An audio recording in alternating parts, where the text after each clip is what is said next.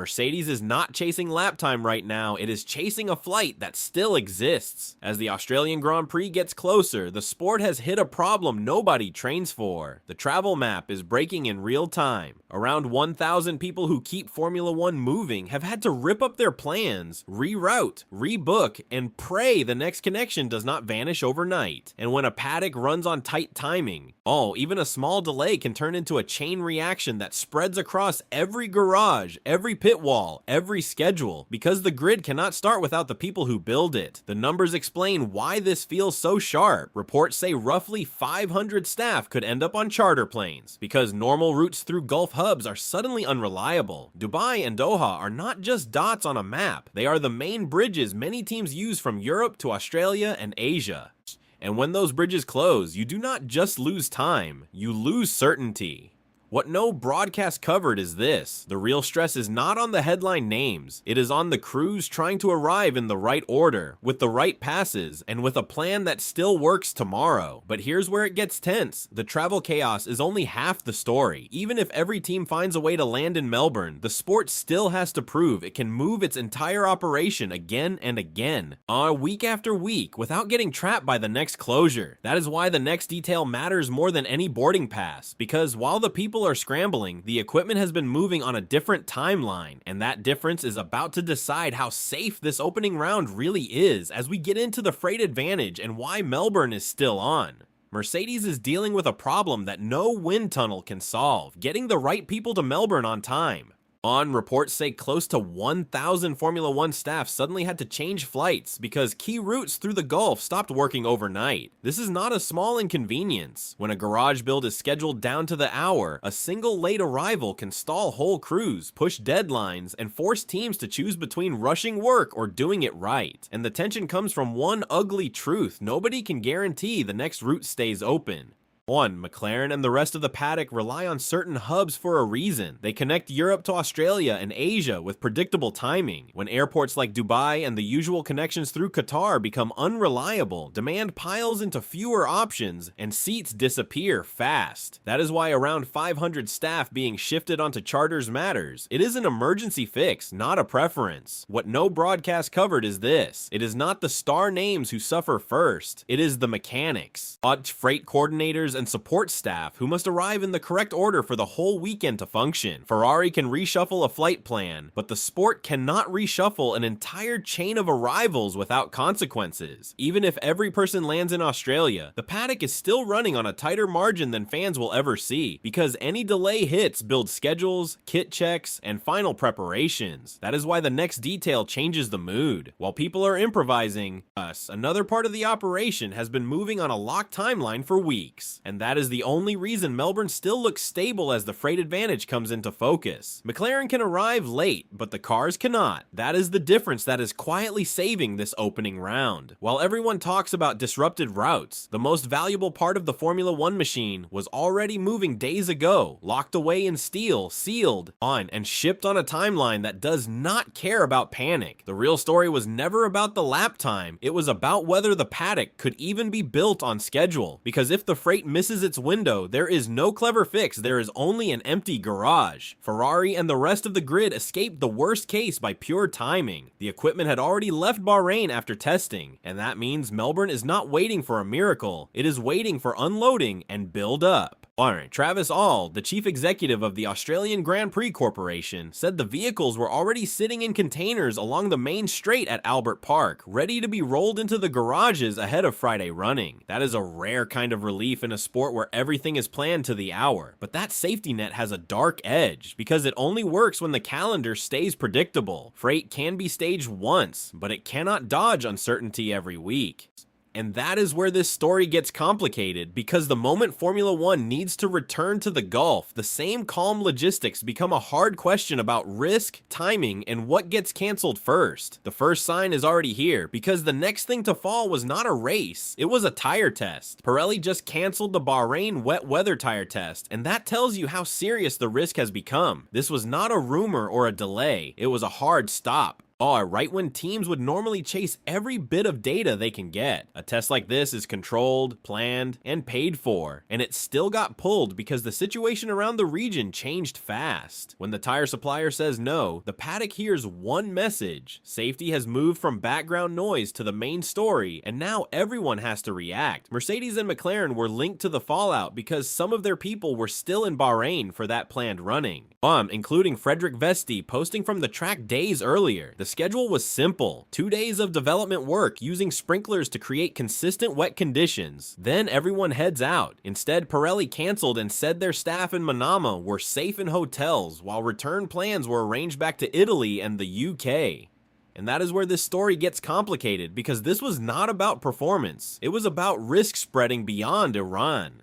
The sharp part is what it implies for the calendar, because Bahrain is not just a place on a map, it is a future race week that depends on stable travel and stable security. The script references drone attacks hitting the capital and an Aramco refinery strike about 40 kilometers from a recent launch event area, and those are the kinds of details that change how teams read a situation behind closed doors. If a tire test is too unsafe to run, then the next question becomes unavoidable. And it leads straight into the Saudi 2022 parallel and what it took for Formula 1 to race anyway. Pirelli just canceled the Bahrain wet weather tire test, and that tells you how serious the risk has become. This was not a rumor or a delay, it was a hard stop right when teams would normally chase every bit of data they can get. A test like this is controlled, planned, and paid for, and it still got pulled because the situation around the region changed fast.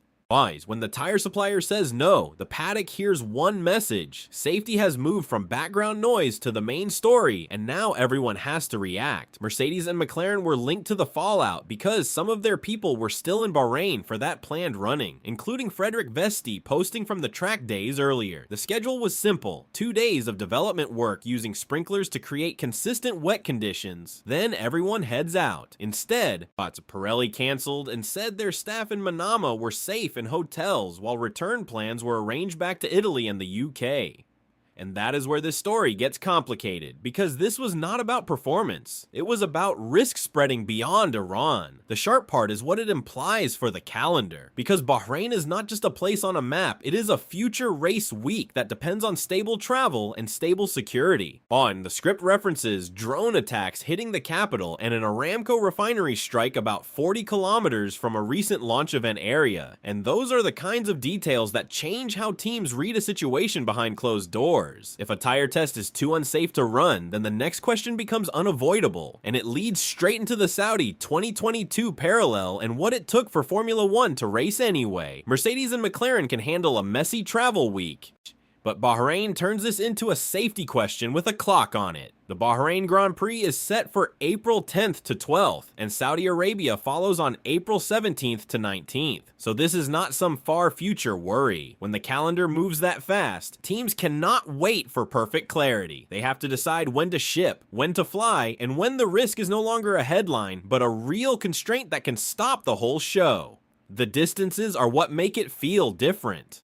The U.S. Naval Forces Central Command site referenced in the story sits roughly 20 miles from the Bahrain circuit and about 7 miles from the Bahrain International Airport. That is close enough that any escalation changes how teams read the week, even before they talk about it in public. The data tells a completely different story. This is not only about politics, it is about whether safe routes exist for people and freight at the same time, because one missing link can break the event.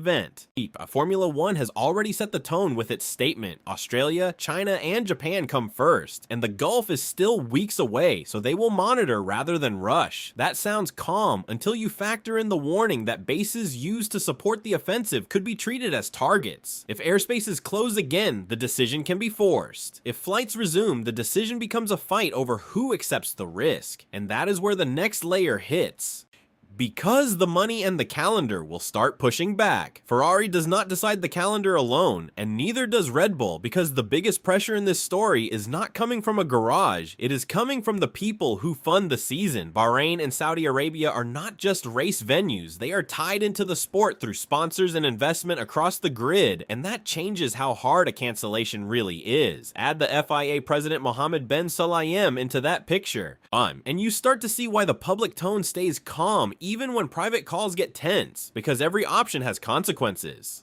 Craig Slater put it plainly, Formula One will not make a knee-jerk move with 4 or 5 weeks still on the clock. But inside the planning rooms, the calendar is already the problem. There is a 3-week gap in May, there is the August break, and both look tempting until you remember the heat in the Gulf later in the year.